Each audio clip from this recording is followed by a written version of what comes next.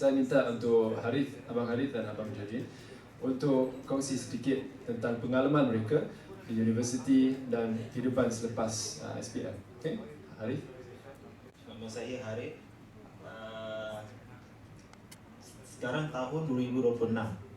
Korang umur form 5 semua. So kalau form 5 kan ada banyak masa lagi lah. Macam saya lepas habis SPM, saya belajar kat SPM tu dekat high school lah, Melaka High School. Then after SPM saya kerja sekejap, kerja kat KFC sekejap je lah, dalam beberapa bulan je. Lepas tu diploma saya sambung pergi MSU, saya Management Science University lah. Tapi saya ambil sebagai logistik punya diploma yang logistik. Lepas habis logistik saya sambung Human Capital. Human Capital ni macam you buat HR lah, Human Resource, kau align with EPF semua dengan account-account lah. So sekarang saya still belajar lagi, tapi at the same time saya kerja. Saya buat PJJ lah. Saya punya kelas hari Sabtu Ahad. Bukan pasangan pendidikan jarak jauh, bukan pasangan jarak jauh. Bukan PJJ jarak jauh, saya belajar jarak jauh. Diorang pakai Zoom meeting lah. Sometimes saya kena datang universiti. Dia ada program macam tu lah, tapi tak tahulah universiti lain macam mana. Sebab saya tak boleh bagi full commitment lah dekat nak masuk kerja, nak masuk kelas semua kan. So saya kerja, saya buat part time belajar. So tapi kelemahan part time belajar ni lambat lah. Diorang akan habis lambat. Sekarang saya 26, mungkin habis tahun depan lah. Mungkin lah kalau saya memang lama lah kalau kamu belajar guna PJJ. So saya sarankan lebih kamu pergi kelas hari-hari lah. PJJ ni macam kalau you orang dah ada kerja tapi you orang still nak belajar, boleh lah buat. Macam saya ambil degree.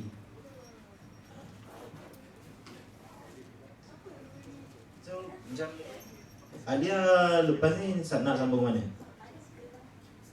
Alia Masara nak sambung mana?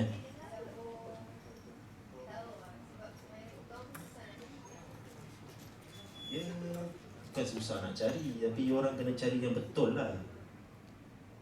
Sekolah mana sekarang? Bukit Baru. So target memang nak buat salon lah, beauty semuanya. So ada marah rasa ada lah. Ada kan, marah kan. Ada marah boleh lah, ada marah.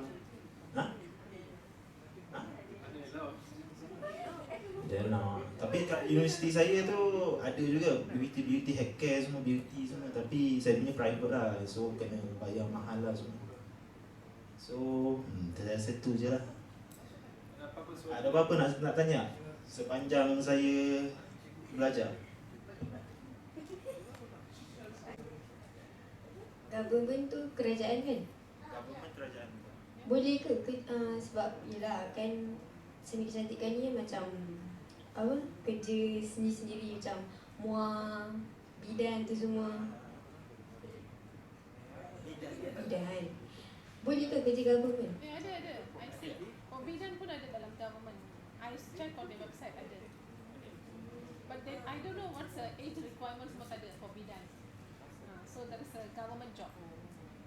So ada government job lah. Tapi Maksudnya? orang kena cari. Tapi kalau Sorry? Family suruh. Oh, family suruh. Good choice lah. It's a good Family choice. suruh masuk Okey. bidang law. Dipersilakan. boleh try lah. So saya sekarang dekat third year lah, tahun ketiga degree. Ada setahun lagi baru graduate. So ada apa-apa soalan boleh tanya lah. So initially saya tak nak buat law. Saya nak jadi seorang guru. Initially. Tapi tak dapat. Saya apply 2 kali IPG. Latar belakang masa sekolah menengah saya ambil SPM dengan UEC. So saya ambil both lah. Peperiksaan untuk sekolah persendirian dengan SPM dua-dua. So sebenarnya SPM sekolah tak ajar. So SPM saya belajar sendiri. dalam 2 bulan lah. Lepas tu ambil, ya. So, 5 saja. 5A. 5A untuk SPM dengan UEC. Sebab sekolah tak ajar SPM, so saya belajar sendiri lah dengan beli buku dengan belajar via YouTube lah. Okay, lepas tu saya buat kerja sambilan lah selama setengah tahun kot. Setengah tahun, 6 bulan. 5-6 bulan, lepas tu saya apply MMU. Tapi MMU Foundation lah. Lepas apply MMU Foundation, saya pun apply juga IPG, Institute Pendidikan Guru. Tapi saya tak dapat lah 2 kali pun tak dapat. Kali pertama start dekat ujian apa ni? Sorry. Ya, ujian diagnostik kot. Lepas tu tak lepas. Yang kali kedua saya start dekat temu 2, tak lepas. Lepas tu saya sambung belajar degree law lah. Itu saja. Okay. Ada apa-apa. Semua universiti awam yang menawarkan kursus perundangan, sebagai contoh Universiti Malaya, UKM, Universiti Kebangsaan Malaysia, I think UiTM pun ada. Semua universiti kebangsaan lah. UiTM, UNIZA. Environment boleh dikira okey lah, sebab satu batch lebih kurang ada 200 ke 300 orang, so agak banyak. So takkan ada situasi yang weird lah, ataupun yang rasa lonely lah. So environment dia belajar di MMU. Kalau you nak tanya apa-apa tentang suasana atau iuran atau apa requirements, syarat-syarat untuk kemasukan, you boleh tanya dia soal apa-apa soalan. Okay? So maksud saya, contoh kita ada akak Kimberly kan, yang sekarang further studies dekat Singapore untuk nursing. Ya, dia dapat full scholarship juga kan.